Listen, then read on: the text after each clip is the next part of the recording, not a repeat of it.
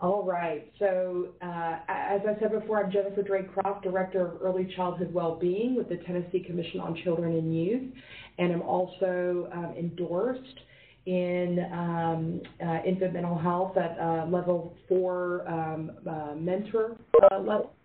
And Samantha, do you want to reintroduce yourself now that we're recording and Sure. talk about your role? Sure. Hello. Hopefully I know everyone who is calling in or logging in. I am Samantha Keller, and I am the Director of the Home Visiting Leadership Alliance and have the pleasure, of course, of working with Jen Drake-Croft here at the Commission and then working in partnership with the Department of Health. I think just really quickly, if we can get some sort of housekeeping things out of the way, I'll go ahead and mention if you want to hide the participant screen and just look on at the chat screen, if that's less distracting, we'd invite you to do that. And then also, if you would, please try to mute yourself so that there's not any of that background noise or echoing, and we're trying to make sure we mute all the folks who have logged in via webinar, but some of you, we don't have the ability to mute you. So if you will please make sure to do that, that will help cut down on any background noise. And then also we have one other person to introduce at this time, and that's Angela. Angela, do you want to introduce yourself? Hi, I'm Angela Webster, Executive Director of the Association of Infant Mental Health in Tennessee, and AIMHI is happy to be here and talking about ways that we can support you in your endorsement journey. And later in this webinar, we're going to have Kristen Bradley join us, who is with Helen Ross McNabb. She is also endorsed and a part of the Endorsement Leadership Cohort. So with that being said, we'll go ahead and get started. So I'm going to go and we're going to talk a little bit about requirements from the Department of Health, and Samantha is going to talk through those updates. All right, so before I even jump into these updates, I want to give a big thank you to those of you who've logged in, and even more importantly, a big thank you to Jen Drake-Croft, Kristen Bradley, Angela Webster, who she all mentioned, but also to Mindy Cronenberg and Allison Peak. They're all members of the leadership cohort for infant mental health endorsement, and they were so kind and generous to share their time and their expertise to put this webinar and this learning opportunity together for all of us, because I know that endorsement has been a great journey, but it's a learning one, and so I know that a lot of people have had questions, and so I am incredibly grateful to that group for being willing to share their time and expertise with us all. On that, I will shift over to talk a little bit about what the Department of Health has shared with me. Let me begin by saying I know that Sarah Sanders and Carla Snodgrass are disappointed that they weren't able to join on the webinar. Sarah's out of the office this week, and Carla was asked to be on a national webinar at the exact same time as our webinar. So I think there may be other friends from health on the webinar, so please feel free to chime in if you all have anything to add. But Carla did share some important updates that she asked that I pass along to you. So first, and I think very importantly, the contracts that health has with McVie agencies will be amended. I think the current language reads that 25% must be endorsed by September of 2018, and my understanding is that created a lot of concern and anxiety for some folks, just because the process is a lengthy and somewhat complicated process, and certainly not one that's meant to be rushed. And so I think health has a better understanding of that process, and with that new information, they will be amending the contract to now read instead for 25% of staff to be endorsed or in the process of being endorsed by 2019. So again, that changes it to next year, next September, and that 25% remains the same, but they will be endorsed or in the process of being endorsed, so meaning that they're somewhere in that application process, whether or not it's completed. If you're in that application process, that would be considered to meet that requirement. So they're going to be going through their internal process to adjust their contracts, and I'm sure we'll be communicating in multiple ways this change. They will, of course, they being the Department of Health, will help McGee understand, or each of the programs understand that there was just there's more challenges, and it just takes more time to complete the endorsement process than I think they initially understood. So instead, they won't be monitoring for that in this fiscal year, but rather the following fiscal year. They also will accept any level of, or category rather, of endorsement. So it doesn't have to be a specific category. So if folks wanted to pursue Category 1, Infant Family Associate Endorsement, I think Carla just wanted to help folks understand that that would be acceptable and that would not require reflective supervision. Jen, can you advance the slide? So, sorry, there's a little delay. So for reflective supervision, I understand that that also is creating some concerns for agencies just because of capacity or lack of capacity to meet the reflective supervision requirements of endorsement, which I know are different, I think perhaps for all the models, but for most of the models, it's not one and the same, and the reflective supervision requirement for endorsement is more rigorous, and so there's some concerns around really having access to that. And so I think there is definitely, I think, an emphasis on ensuring that agencies are doing reflective supervision, but as far as endorsement requirements are concerned, I think health just wants to make sure that providers understand that if your staff who are pursuing endorsement apply for Category 1, then they would not have to be concerned with that specific reflective supervision requirement, because it is not, that is the one category where it is not required. Having said that, I do think they want to make sure that we understand that the priority is that everyone is receiving reflective supervision in some form or capacity. So having said that, I know some of you will likely have additional questions, follow-up questions. So what I'd invite you to do, since they were not able to be with us on the webinar today, is for you to either send those messages to me, and I'm happy to share them with them, or if you want to reach out to Carla or Sarah directly, I'm sure they would be happy to connect with you.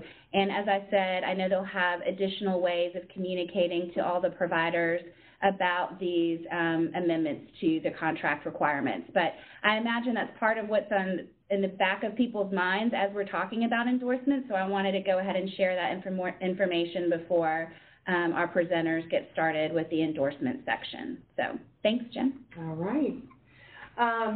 So, you know, we're going to do a basic intro into what is infant mental health, because in many regards, many of you have done work on behalf of infants and toddlers for many years, but haven't necessarily used the term infant mental health. So we define that as mental health in infancy and early childhood, and it means healthy social and emotional development, secure and nurturing relationships, and caring, supportive communities. When we look at what this all entails, it includes evidence-based perspectives of working with children, birth to age 3, recognizing the vital importance of development during this time on brain development, future academic success, social and emotional well-being and relationships. And it's about supporting and fostering and facilitating relationships between a child and a primary caregiver, and being aware that these first relationships are at the core of a child's survival and are the templates for how each child will view the greater world around them. Lastly, it emphasizes the relationship between healthy child development and the future economic and cultural success of our society. So, you know, a lot of folks, when they hear the term infant mental health, the joke is that they imagine a baby on a couch, and that is clearly, you know, an idea that's conjured up because of the ways that we think about mental health in our society, in that we often think about mental health as being mental illness, right? We use those terms, we interchange them regularly. But we all have mental health, and what we're trying to do is create mental wellness in babies, which we know we can optimize by supporting their relationships with their earliest caregivers. So the key tenets of infant mental health, first and foremost, recognizing that the parent is the authority on their child, and never assuming that no matter how much education you have on early child development, that you ever know more than the primary caregiver. So parents parent as they were parented, or in direct contrast of how they were parented, and parents cannot give an experience that they've never had. So oftentimes, if we're working with parents who have had trauma histories or insecure or unhealthy attachments, they are going to struggle with some of the more nurturing serve and return interactions that we would want to support through infant mental health practices. We want to recognize that there are ghosts in the nursery, meaning that relationships that develop between an infant and a mother calls back to the mother's relationship as well as an infant with her mother, okay? So we are often looking at our relationships in context of previous relationships, and when they are traumatic relationships, we refer to those as ghosts in the nursery.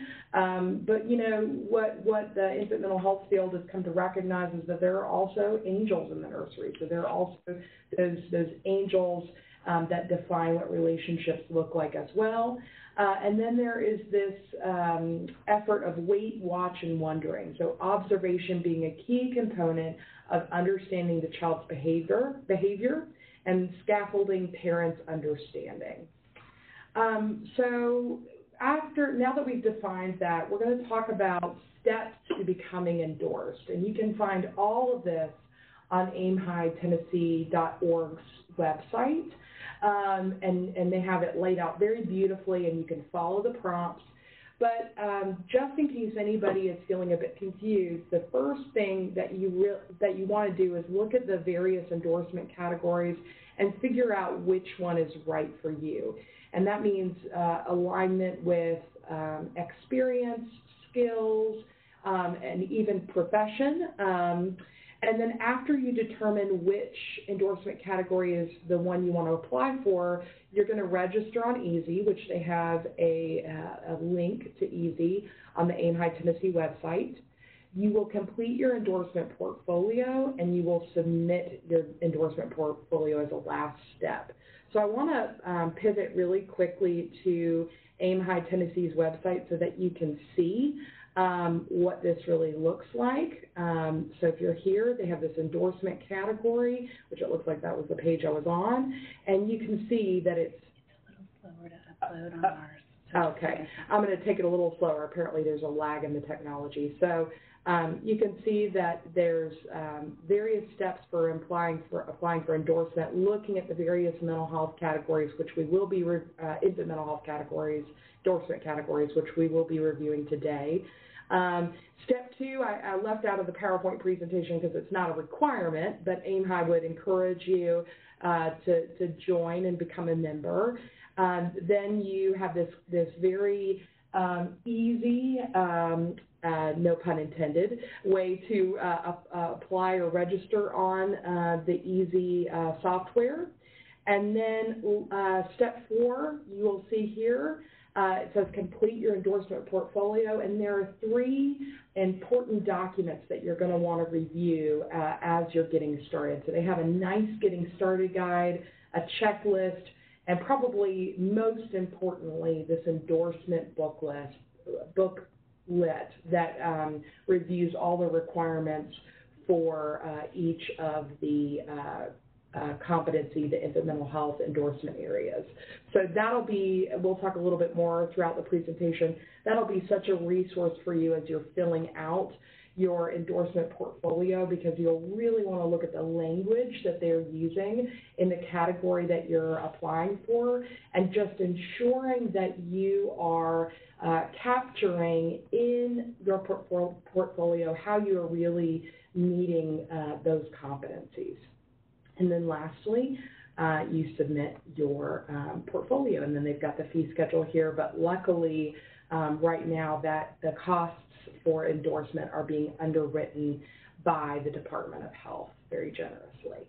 So going back to our presentation, you can find those here, and I'm going to pivot over to Angela, who is going to review the various, hold on, I'm unmuting her, the various categories with you all. Perfect. So there are 4 categories, as probably everyone on the call knows. The categories are typically based on not just your education experience, background, training, and those kind of things, but also very much focused on the area of work that you're doing.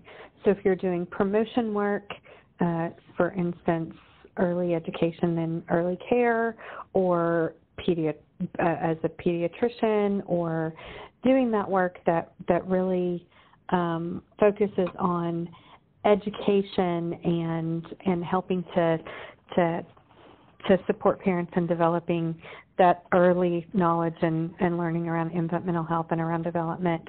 That's really category 1.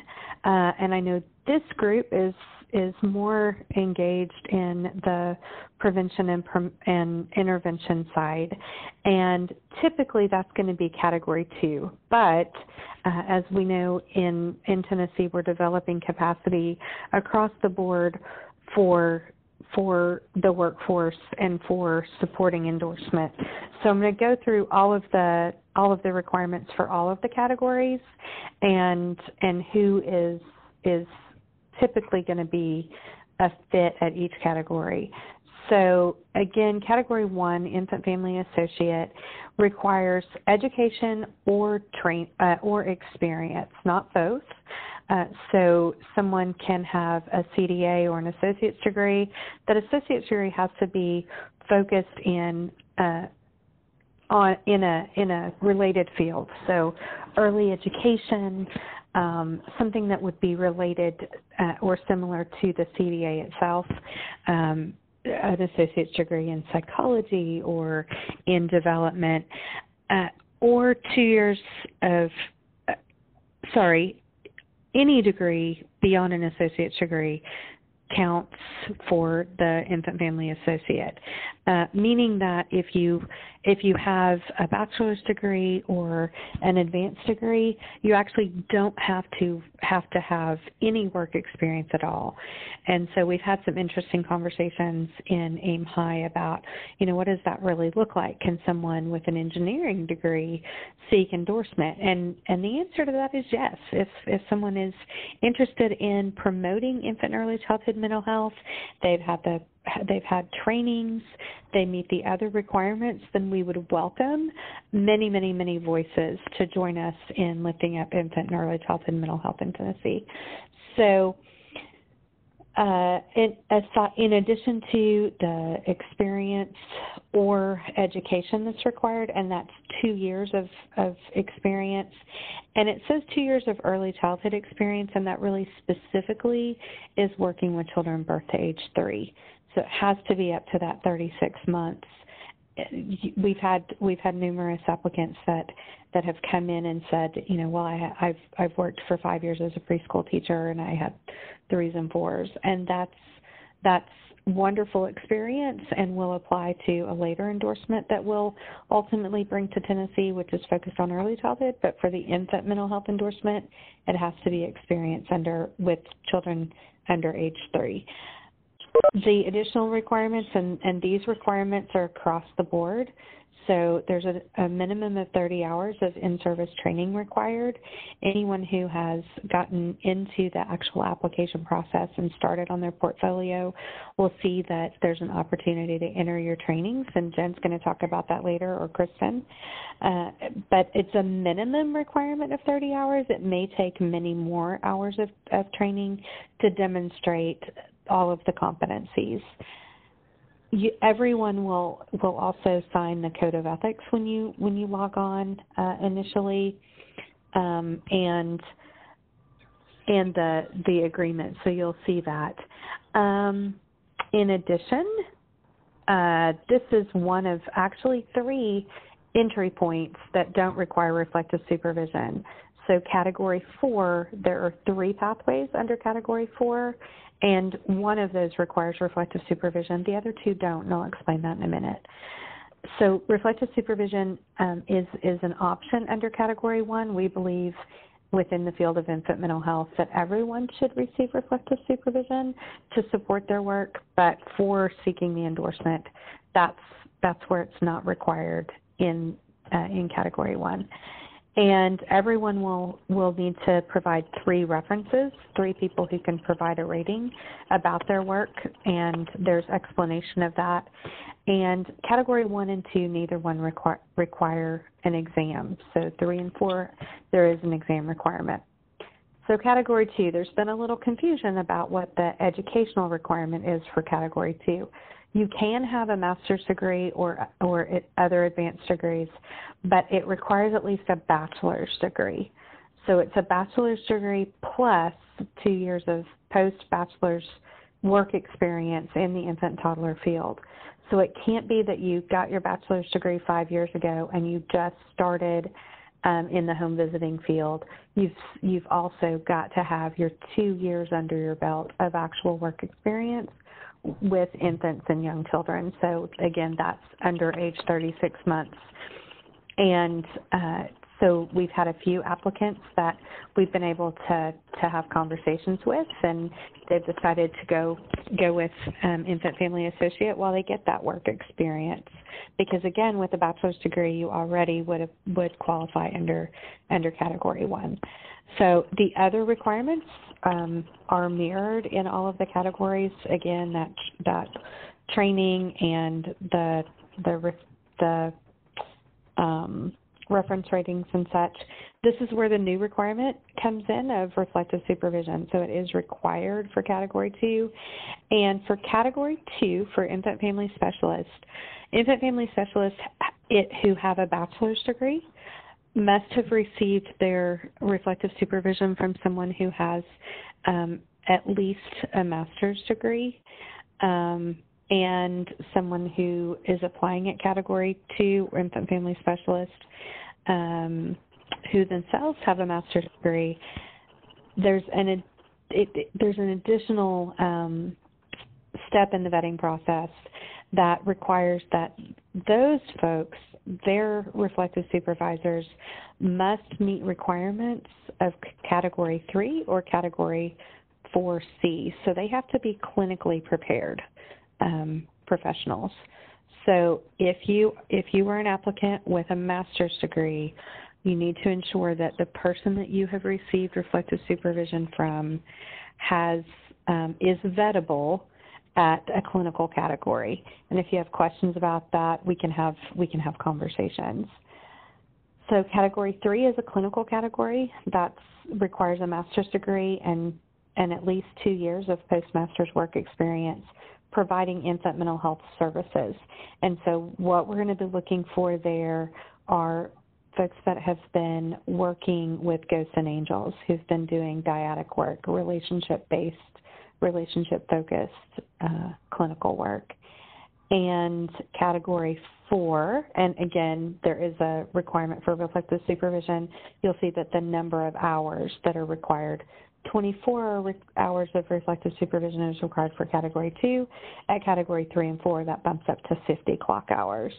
And so Category 4 is a leadership category. So what I should have been saying all along, infant family associate, Category 1 is around promotion, as I said initially. Category 2, infant family specialist, is really focused on on prevention or intervention, but intervention that's not clinically based intervention typically. Category 3 is about clinical intervention, so folks in that sphere. And then Category 4, as I said, is focused on infant mental health leadership. And the 3 pathways for infant mental health mentor are policy, so those people doing systems change work, like Jen Drake-Croft and Kristen Bradley, who will be joining us. The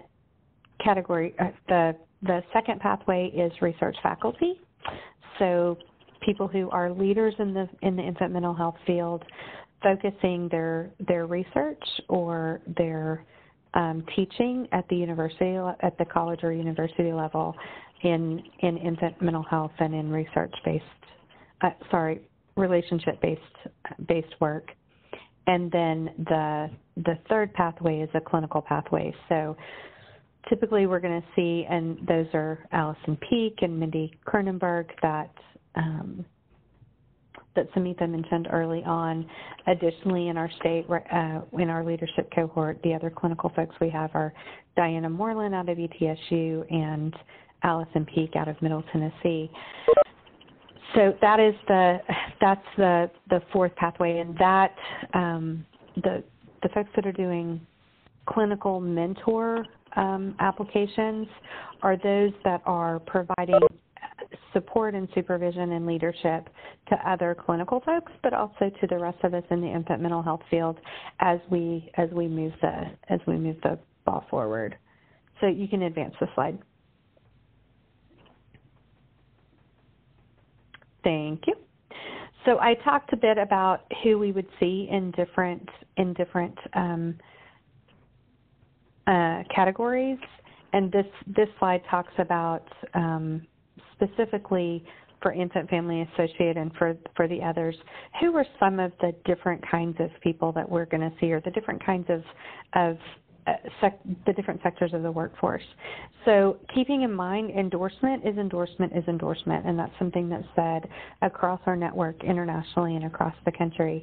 That endorsement is recognition of the importance of infant mental health and our good work. So in recognition of the importance of infant mental health and our belief that those who are specially trained to work with young children should be recognized, we purchased as a state, and AIMHI actually purchased that with the endorsement with funds from the Department of Mental Health and Substance Abuse Services, and has been further supported, as you all know, by the Department of Health for these past almost 2 years, to bring the Michigan endorsement for culturally sensitive, relationship-focused, practice-promoting infant mental health. And now you all know, if you haven't seen the full name, why we call it just endorsement.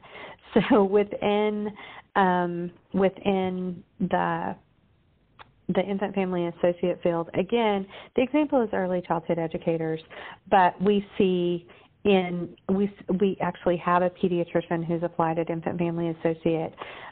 We see many people across the field and across our network that are applying at that category. So, and again, the exam requirement, there is a requirement that if you're applying at Category 3 or Category 4, that once you complete your endorsement and your application and that is approved and accepted, then you would be invited to sit for the exam. So I think I'm handing it back over to you, Jen. Okay, perfect. So I think another thing that we need to talk about is why endorsement is important. And I think that one of the clear reasons that endorsement is important is because it allows us to communicate to people and agencies who are especially dedicated to the well-being of young children and families. It also increases the frequency that endorsement will lead to employers seeking individuals who are endorsed. So we want to make sure that people who are working with infants and toddlers share a basic knowledge and commitment to the values espoused in infant mental health world, And so increasingly, just like we see with home visiting, we want to see that, that folks really understand this material, and that's demonstrated by their endorsement. There is discussion at the state and national level about adding endorsement to accreditation standards, such as NAEYC and the STAR rating program, and parents who are also interested in the endorsement process and will be looking for professionals who are endorsed. So again, when parents are considering which providers that they want to help them with their children, whether it be through childcare or other professions, they're going to be looking for people who demonstrate that they have these competencies. So when we look at the endorsement requirements, we're specifically looking at training related to pregnancy, early parenting, brain development, child development, prenatal to 36 months, attachment, and early family relationships, et cetera. So some examples of trainings that would fall under this would be things like strengthening families, the Building Strong Brains, Adverse Childhood Experiences training, or Becky Bailey's Conscious Discipline, which I know is widely adopted throughout our state. Angela just went through the reflective supervision requirements and how they are required at various levels, with the exception of level 1, which we don't even like to use that word, but category 1, and the category 4 policy and research tracks. But reflective supervision really being defined as a process of holding reflective space to address the emotions that occur when working with young children. Some of the defining features include it be regular or regularly scheduled, that is, reflective, and relational. And as they said, we are currently building bandwidth and capacity across our state by vetting people who meet the criteria.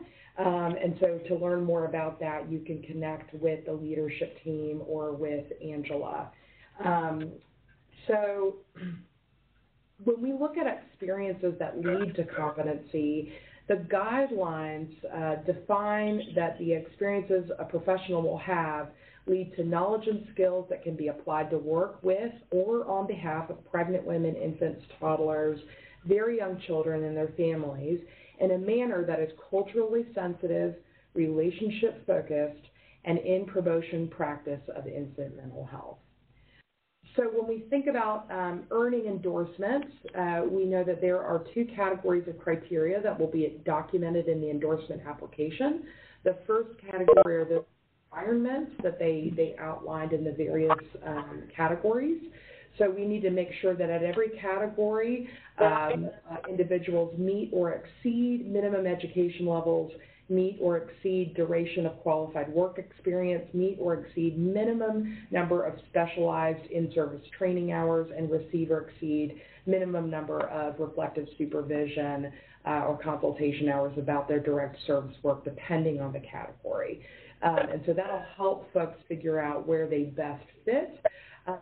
In each of these, there's a minimum, but in many cases, in order to fully demonstrate that you have met all of the competencies required, your training might exceed those minimum expectations.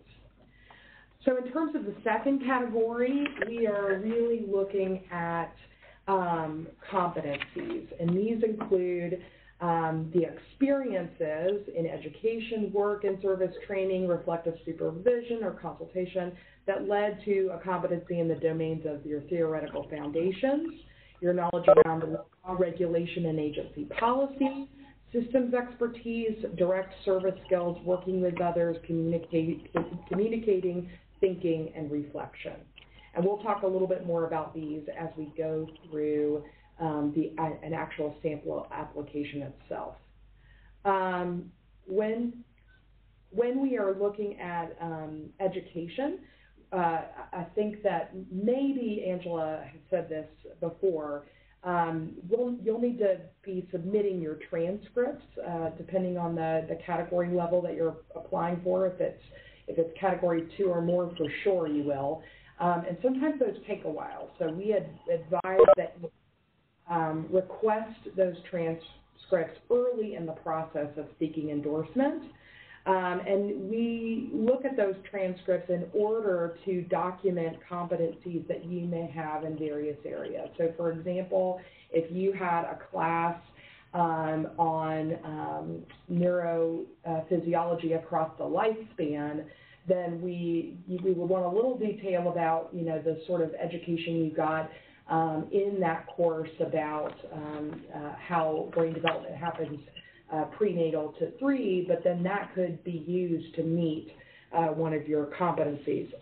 Obviously, there are lots of other competencies that these classes relate pretty directly to, including communicating and thinking, because typically you're not going to get through a bachelor's program or especially a master's program without communicating or thinking, right?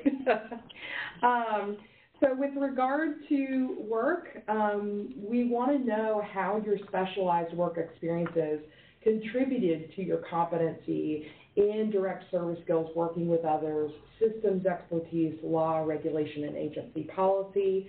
And then with specialized in-service training, we want to know how the training record contributed to competency in your theoretical foundations, your direct service skills, and other domains. Again, just a very brief overview of reflective supervision. I might hear a baby in the background. If that's you, just put yourself on mute. Okay, so, nope, okay, that's okay. Reflective supervision and consultation, so for those who are applying as an infant family specialist, let's see, I'm going to see if I can mute this individual. Hold on. Okay, let's see. All right. So for those of you who are applying as an infant family specialist, there we go, I got it, or infant mental health specialist or infant mental health mentor, we want to know how reflective supervision and consultation has contributed to your competency and theoretical foundations, working with others, thinking, reflection, and direct service. Okay. Hey, Kristen Bradley, I think that's you, actually. Can you mute it on your end? Thank you. Okay. So as Angela talked about earlier, we are also looking for reference ratings. So specifically reference ratings with people who are familiar with your work in direct service, working with others, thinking, reflection, and communication. And so in your references, they will be talking about your skills in those areas, and we want to make sure that you're not necessarily selecting folks who haven't observed you enacting the skills and competencies that we would look for, whether they're direct service skills or team-oriented and communication skills or what have you. So with the big 3, all of the competency guideline domains are important, but the application reviewers are mostly looking at theoretical foundations. How do you think about these issues? How do you think about the direct service that you're providing or the treatment services that you're providing? Your direct service skills, what are you doing? How are you doing it? And lastly, reflection or ways of being. So a couple tips and tricks to prepare for the portfolio. I'm going to lean in, be a bit vulnerable here and say that unlike many of my colleagues, I was not all that familiar with infant mental health before I applied for endorsement, which I think makes me a little bit of a good representative with other people because I wasn't necessarily super familiar with all of the terminology or with all of the competencies or practices or those sorts of things.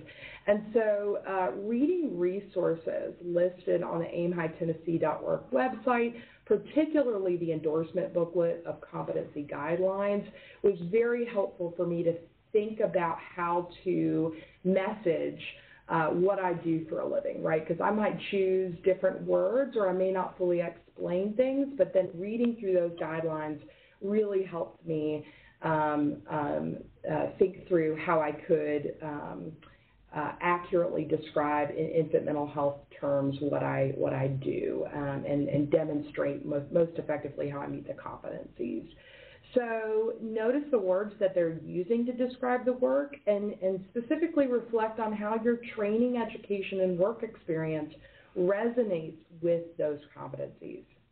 The next thing that we have heard from several of our reviewers is that we really want you to explain your work and training as if you are sharing it with a friend who has no inside knowledge. So you never know who your reviewer is in terms of their background in education.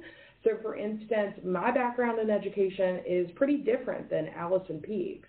And she knows about trainings and courses that I have no clue about and vice versa. And you know, depending on what we each got our master's degree in or our PhD in, that also is going to influence what we know about a respective field and what you're learning. So telling a story to your reviewer as if they have no insider baseball knowledge, so to speak, will be really helpful. We want you to paint a picture of how you interact with babies and families and what that looks like. We want you to remember that AIM High Tennessee staff are there to support you through the process and want you to be prepared to submit a successful portfolio. So I think of it almost as like triage, where you have folks who are reviewing what you're submitting, they're providing comments to you, they're letting you know how to improve what you're putting in your portfolio. And like I said, they really want it to be successful when you hit that submit button. A last sort of warning I'd say about EASY is that we geekily joke about EASY being hard because it will often kick you off. So a lot of people have found it helpful to actually, for their more lengthy, text-heavy answers, to put that in a Word document and then copy and paste into the EASY application, but also we want you to save early and save often through that process. The worst thing that could happen is that you write 3 or 4 lengthy answers and then that is lost to you. So with that being said, I am now going to pivot to a live version of a sample portfolio. So the way you would get to that on the AIM High Tennessee website is you would go to endorsement and then you go to endorsement application login. Okay, and Sumitha is reminding me that there is a lag with the technology. So Sumitha, are we good? Okay, perfect. So you see where I'm hovering here with the endorsement application system. So now I'm going to pivot over. It says I'm expired, so we're going to try that again. Okay. And I'm going to log in. Okay. Okay. So you'll come to this main page, and on any one of these details or any one of these other categories, it will take you to a screen that kind of looks like this, that has various tabs at the top, including details, agreement, ethics, education, work, trainings, supervision, and references. So these are all of the pieces of the portfolio that you will need to complete before you submit. And like I said, you'll be having support throughout that process. So the details section is fairly self-explanatory. What you will see is just filling out your name, your address, your phone number, etc. You'll want to upload your resume or CV, and again, that will also help as a reviewer is seeing if you meet a lot of the competencies and the requirements. You'll want to talk about your AIM High Tennessee membership, you'll want to select which endorsement category you're applying for, and then this is additional information there that will, I think, Angela, am I right that the reviewer is assigned? Say that again? Am I right that the advisor is assigned? We actually are not assigning advisors in Tennessee right now because of our capacity. Right. That's why we're doing agency advisors. But yes, you're right. Perfect. Okay, cool. So moving on, these are some of the agreements that and ethics that you have to agree to and sign in order to move forward with this process. So here you see the outline of the endorsement agreement, and that's just a simple click if you agree. And then similarly with ethics, you'll want to really read through these code of ethics because you're held to them just like you would be in any other profession. But it also articulates what the values are of AIMHI Tennessee and a lot of the values in infant mental health, and again agree to that code of ethics. Okay, so those three first tabs are fairly easy. When we get to education, this is where you'll have your transcripts that will hopefully be uploaded. You can see this would be a comment over here to the right that was made by Angela or somebody else that would say, hey, don't forget, submit get your transcripts sent over to us so that we can take a look at them and make sure that we can check that off. So you'll put in your various education. You can see this person went to the University of Hawaii, which sounds amazing, and got a Bachelor's of Science in Early Childhood Education. So we would just want to see demonstration that that is indeed the case, and also which courses that person took that might meet a lot of the competency requirements. In the work category, again, we are really wanting you to tell a story, about your work experience and how it is really meeting the competencies outlined in the category that you're applying for.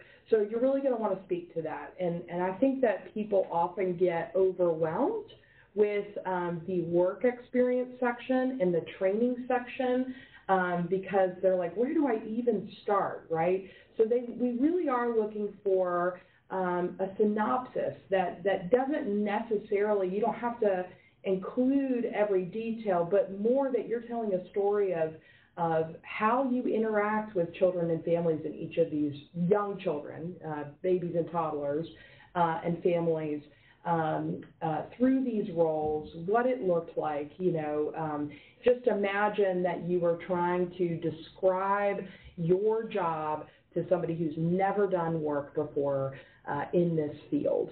And that will be true too. I'm going to pass it over to Kristen to talk about trainings, but that'll be true of a lot of, even if you're trying to describe some of the courses in your education and it's not self-explanatory, you may want to describe in detail what it was that you learned and how you met those competencies, and then again in trainings.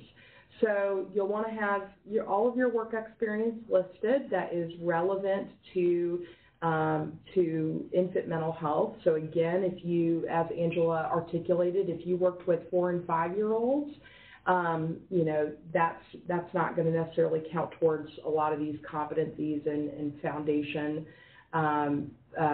theoretical foundations. So really focusing on the work that you're doing with infants, pregnant mothers, and toddlers. Does Angela or anybody else, do you want to add anything to what I just said there about about my part of this presentation? All right. So Kristen, I am going to unmute you, and you're on now. And if you want, can you hear us? Kristen? Yes, I'm here. Okay, Can you hear me? cool. I can hear you. So Okay. I'm going to go ahead and go to the training section. All right. I'm going to let you talk with folks about training and what it is that a reviewer would be looking for. Sure. Okay, so in your training section, we are looking for we want your trainings to be specifically related to infant mental health. And that being said, so, for example, if you had gone to an A&D adolescent training, that wouldn't necessarily be a training you would want to have to put into your portfolio. So for home visiting, a lot of your trainings that you guys have done through your models would be a good fit for this. So as you're thinking about those trainings, just kind of thinking about what is related to, again, the infant mental health, parent-child relationship, the competencies that Jen went over previously. Another thing that we're kind of looking for in this section as well is looking at also that face-to-face training. Online trainings are fantastic. They're very helpful. We're very grateful for them in the time of day that we live in nowadays. We need that access. But at the same time, it's about the relationship, and so we want to see those face-to-face trainings just as much as your online trainings. So if you notice that you're putting in a lot of online trainings, you may want to start kind of looking to see what face-to-face trainings you've had or what access you might be able to have to some in the near future. Another thing that was kind of always good to keep in mind is when you list conferences. Conferences are a great way to get that face-to-face training as well. But when you list the conferences, again, kind of holding in mind that reviewer may not know what Prevent Child Abuse America conference was. So be sure to put in the description what that conference was about, what the sessions you went to. And I know that can be hard to remember sometimes if it was 2 or 3 years ago, but doing your best of what you got out of that training and what that training was or that conference was specifically about. I know a lot of trainings maybe I'm more familiar with Healthy Families America. Sometimes those trainings will be those conferences will be really focused on documentation or the parent-child relationship or the home visit in itself. So if you can remember even that much about the conference, that's helpful for the reviewer to know what you truly got out of that training. And to echo Jen kind of in the work experience, you want to paint the picture of what did you gain from that training. You will notice as you do put in that number of hours for that training. For example, if you only have 3 hours, they're only going to let you check 3 competencies. So really think about what did I truly get in that 3 hours of that learning. You may have dabbed a little bit into advocacy or dabbed a little bit into reflection, but what were the core 3 hours in that training that you got? And those are the competencies you want to check in that. Also, if the title doesn't explain really well the training itself, be sure to add that description. That description is very helpful for a reviewer to fully understand what that training was about, what you got out of that training. The more you can put in that description, the easier it is for that reviewer to really understand and visualize what that training was about. Anybody want to add anything to that, Jen or Angela? I was just going to say that I know we're having some feedback, so let me mute you while I answer this. So it sounded like a baby before, but it was actually me, so maybe I actually sound like a baby normally. So anyway, I think the only thing that I would add is, many of us attend trainings that are not specific to that prenatal to 36-month timeline. And while there may be some competencies that could be gained from those, like, for instance, communication or thinking or ethics or something like that, I think that, we're really needing a narrative mostly of the types of trainings that really do focus on prenatal to 36 months and really do help us understand how you understand, or help us see how you understand early child development, the importance of relationships, and other competencies and skills that would be listed in the guidelines. Angela, Kristen, I'll put you off mute. Angela or Kristen, if any of y'all have anything? I felt like that was a good point, Jen. Good job. Yep. Agreed. Yeah. Okay. All right. So one thing that I'll say is that as we discussed, I mean, it may take a lot of different trainings to demonstrate that you have met all of the various competencies. And so in some cases, you know, we're going to want a description. I mean, I've seen people that they say, oh, I do know what Circle of Security is, but there may be people that have no idea what Circle of Security training is, or they may not know the specifics of what is included in an HFA, Healthy Families America training. And so spelling that out is so important. There's such a narrative element to this entire application in ensuring that you've told a complete story of how you interact and understand young children and families, interact with and understand young children and families. So this is a Category 2 application that we have here, and specifically that is something that Angela selected so that we could look at this reflective supervision piece. And so again, this is what it would look like should any of you be moving forward with a different category or want to include the reflective supervision that you have had in this section of the application. But if you are applying for Category 1, it's not a requirement. Again, you see sort of the narrative nature of what somebody is getting out of their reflective supervision. It doesn't have to always be a book. In fact, again, being vulnerable, one of the jokes that our leadership cohort are a place where we often laugh at ourselves is they didn't have a minimum word requirement before Tennessee applied. So now they do. Minimum word requirement in each of those answer boxes. They are not looking for a chapter on your life. They are looking for a story that succinctly but clearly articulates how you're meeting these competencies. And then lastly, you see the reference ratings here, and you can choose if you're going to waive the right to access your reference form. You can choose to do it or not to do it, but I will say that people typically prefer that you choose to waive it so that they can be a little bit more forthcoming and honest. And then, yes, in all of these sections, you see these comment tabs where you can have a dialogue back and forth with people who are supporting you as you are filling out this application. So if nobody has anything else, I mean, that's the whole thing. And I think that Kristen would agree with me, the part that took the longest for us was filling out this training section.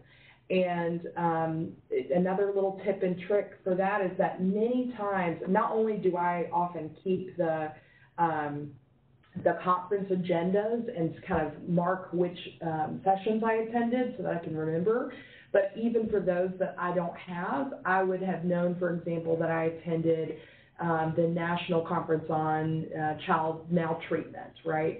And so I would pull up on the web the agenda, the conference agenda that they had in the speakers and the sessions.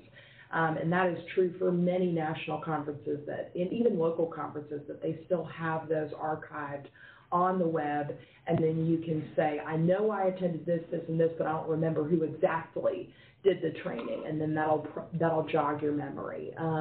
And many of you have been going to trainings for decades, so we recognize that, and we would just say fill in as much as you can but know that this is a part of the application that's a bit more, I don't know how else to say it, of a time suck. So going back to our PowerPoint presentation, as we're wrapping up and about to take questions, we want to emphasize that there is a requirements to maintain your endorsement. So there's a minimum of 15 hours per year of relationship-based education and training pertaining to the promotion of social and emotional development in the context of families and other caregiving relationships of prenatal up to 36 months old, including principles and practices of infant mental health. So don't let that slip by.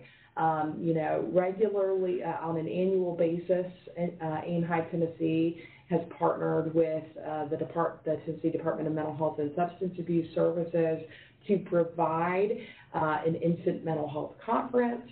I know that one is being planned for this year, and we would just encourage that that's the very nice way to be able to get not only training that would make you, to fill in your training section for endorsement, but also maintain your endorsement.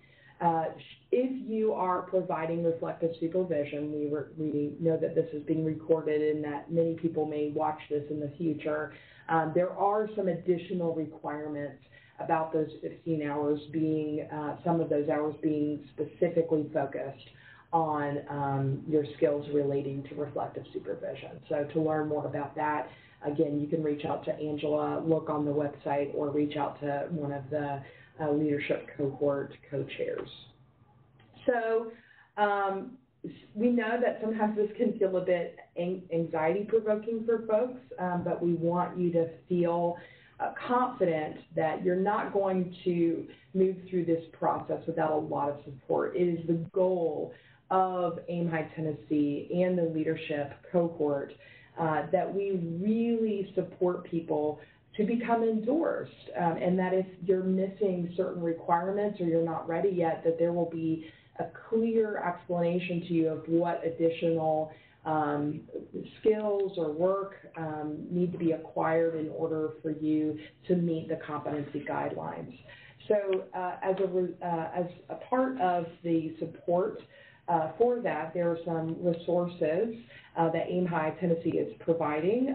Almost all of the leadership cohort is maintaining office hours by phone for you to call and chat with anything that's confusing or making you a bit anxious. And then also, as available, there will be agency advisors. So if agencies are looking at getting several individuals endorsed, then members of the leadership cohort can physically visit the agency and provide support and advice as folks are moving through that process.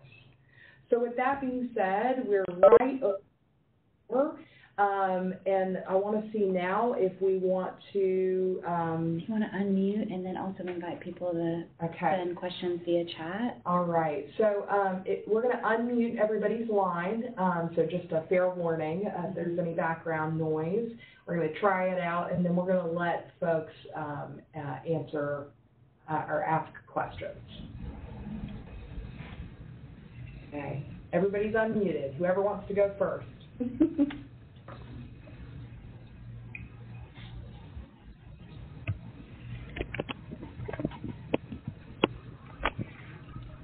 Nobody has any questions? This is Marilyn Smith, and I do have a question related to the second category. As a supervisor with a bachelor's degree, I'm still a little bit confused about the reflective supervision piece. In my portfolio, am I providing that I received the particular hours of reflective supervision, or is it just that I provided? Or is the provision as a BSN, is that not accountable? Yes, it would only be what you receive. And again, it would have to be what you receive from somebody who is vetted. So you could provide in the future to other bachelor's level individuals, but yes, in your application, it'll be what you have received, and again, that person will need to be vetted by AIMHI Tennessee and the leadership cohort to make sure that they meet their competencies for reflective supervision. So do I wait to start the process until my supervisor is vetted, or, Yeah, I think that that really depends. I mean, if you wanted to start potentially at you could go ahead and see. You could talk with Angela more in depth, or Angela. Yeah, Angela, if you want to give us your thoughts, we would welcome them. I will do that. I will jump in. So first, let me clarify. I may have not heard you correctly, Jen. I think I heard you say that someone with a bachelor's degree can provide supervision to someone with a bachelor's degree. If that, I said that, but I probably have that wrong. I've been, okay, so just to clarify, to provide reflective supervision for endorsement purposes, the supervisor must have a master's degree. So that is one of our capacity challenges in the state. So just to clarify, and I always want to kind of duck and cringe a little bit when I say that, because there is really, really good reflective supervision taking place that's being provided by our bachelor's prepared folks across the state. But for endorsement purposes, you have to have a master's degree. To answer clarifying that. You are very welcome. So to answer, this is just an opinion thing, because endorsement is an individual journey, but it is perfectly acceptable to apply and move forward with working on your application without your supervisor having yet been vetted. Most of what we're doing right now is vetting supervisors as people are close to ready to submit. So we're watching those applications as they progress, and as they get close, then because we have such a large number of people to put through that process, we're vetting kind of alongside that timeline.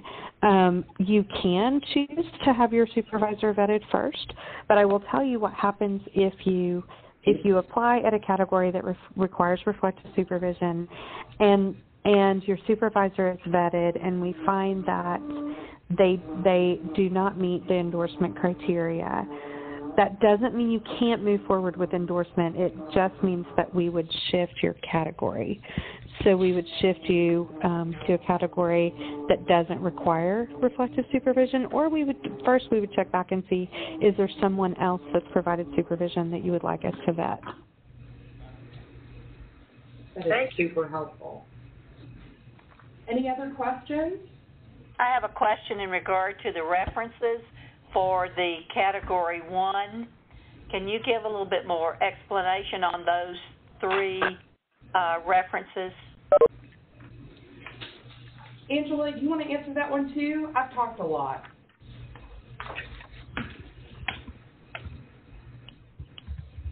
Okay, so yeah, the references are going to be people who have seen you in action, right? Who have observed your direct skills in working with families and understand how you communicate and what your theoretical knowledge is and those sorts of things. So that would be things like if you have somebody who is a clinical supervisor or providing supervision, if you have somebody who is a program manager, that they know and can speak to your experience working with young children, birth to 36 months, and families.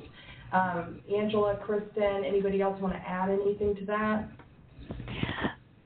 So I would only add that when you look at the list of who the ratings come from, one of them must come from someone who meets endorsement requirements, and it'll tell you which category that person needs to meet the requirements. What that looks like is that person does not have to be endorsed. They just have to fit that criteria. So if the person you want to use as a reference is not yet endorsed or is not going to be seeking endorsement, you would choose someone who is kind of fits that mold or is the picture of that category. Does that make sense? I think so. So I, as a supervisor, could provide a reference for my staff, even though I will not be endorsed. I do have a bachelor's degree. Is that acceptable? Yes, that would be acceptable. You are in the role of someone who would fit criteria for infant family specialist. So that's correct. That's what we. Yeah. Okay. So thanks. That helps. So yes, you could. Hey, Angela, this is Sandra Madhavang. For some of us that are looking at the administrative ones, like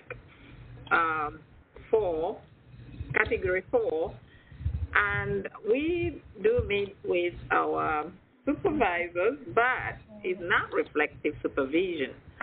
How do we then apply through the process, since we know, or are we going to wait until we start our relationship with Mindy and before we go ahead and apply?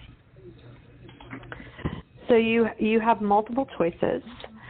You can wait until you complete your hours and then apply. You can apply and indicate that Mindy is your supervisor for this process, and you'll wait to submit until you've completed the required number of hours. Or your third choice would be to apply at a category that does not require reflective supervision. So, for instance, in your case, you might want to look at, you would want to look at obviously infant family associate, but also as leaders in the infant mental health home visiting world, you would want to also look and see if you felt like you were a good fit at infant mental health mentor policy. They're right across the street. So either of those would not require reflective supervision. The challenge would be if you're providing reflective supervision to your staff, where do you want to fit so that their supervision would count for their endorsement? So I don't have a firm answer, but you can do any of those things. A couple of people I know that are in the reflective supervision cohort with Mindy and others have decided to go ahead and move forward with an infant family specialist application and just wait to submit until the 12 months or 24 hours are met. Okay. Thank you. So I want to take this time, we can take more questions from the phone, but there have been a couple of questions in the chat box that I want to respond to. So the first question says, I don't understand exactly how education, work skills, and training work together to show competencies. If we show a competency on education, does it need to be listed anywhere else? What is the best format to show which competencies our transcripts meet? It's not a list like there is for training. I want to rely here on Kristen and on Angela to answer the second part of this question, because if I'm not mistaken, you can write in information in the education tab about the different courses you took and what you learned as it relates to infant mental health. Is that correct? Am I remembering that correctly? Yeah, Jen, that's correct. If it doesn't self-explain it in the title of your course, then it's most helpful. Like if it's, I'm trying to think of ones I've seen, but if it's just like early development, and it was maybe a little bit of 0 to 3, a little bit of 5 to 6. It's helpful if you can describe those courses that aren't obvious in the title of them, and that will help us know which competencies those fill. Yeah, I mean, a good one, I gave the example before about neurophysiology across the lifespan, and so, like, if you list that, and if a reviewer is looking for competencies, they're really not going to be sure what it is that you necessarily learned, given that that's across the lifespan for prenatal to 3. So you're going to want to spell out in the sort of text box, hey, I learned these things. As to the first part of that question about how education, work skills, and training together show competence, it really is about, it's about how what all those things have taught you with regards to the way that you practice and engage with infants and young children and their families, and the way that those all complement each other is they're producing the type of work that you give families, So, you may go to a training and you'd never heard about adverse childhood experiences before or trauma, and but maybe you did have some education in early child development, but you just were never introduced to those other concepts. And maybe in your professional experience, you were starting to see that, histories were popping up in the relationship between a parent and their child and their young child, and then learning about trauma complemented your context experience as well as your education experience as it relates to child development, and that lends to a certain competency. Those things blend together and lend to a competency of service delivery, increased professionalism. So I'm wondering, does that answer the question? Okay. If not, I know this was a chat question, so you can put it in the chat. The next chat question was, do all 3 references need to speak to our specific category, or can one more specific and the other 2 be related to infant mental health generally? I'm going to need help to answer that question from either Angela or Kristen. Jen, can you read the question one more time? Absolutely. So the question says, do all 3 references need to speak to our specific category, or can one more specific and the other 2 be related to infant mental health generally?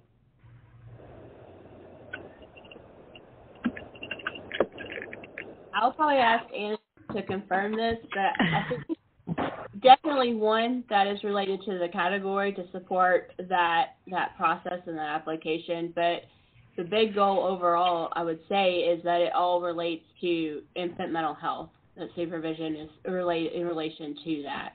Angela, will you confirm? I would agree with that answer. And I think it's important to remember that occasionally we might have, like I, for instance, put a supervisor of mine that had never seen me actually working with children, so she hadn't seen me in that role, but she had heard the way I talk about my work with children. She had witnessed who I am and my way of being, and so was able to answer questions based on those interactions rather than her actual observations. So that's another thing to potentially keep in mind for some references. Okay. So there are 2 more questions. One says, to clarify, do you need a master's degree to apply for Category 2? The answer is no. You do not have to have a master's degree to apply for Infant Family Specialist Category 2. You can, it requires at least a bachelor's degree, so you're welcome to apply with a master's degree, but it is not required. And just a reminder, if you are not speaking or asking a question, just to mute yourself. We have to unmute all of you in order to let you ask the questions, but just mute yourself. And then I believe that this was answered. It says, do you have to have a master's degree to provide reflective supervision of staff? So, Angela, I heard you say yes a little earlier, right? Yes, the answer is yes, to provide endorsement, reflective supervision that meets endorsement requirements. She must have a master's degree. A master's, okay. All right, so those are all of our questions that are on chat. We have a few more minutes to answer any other questions on the phone.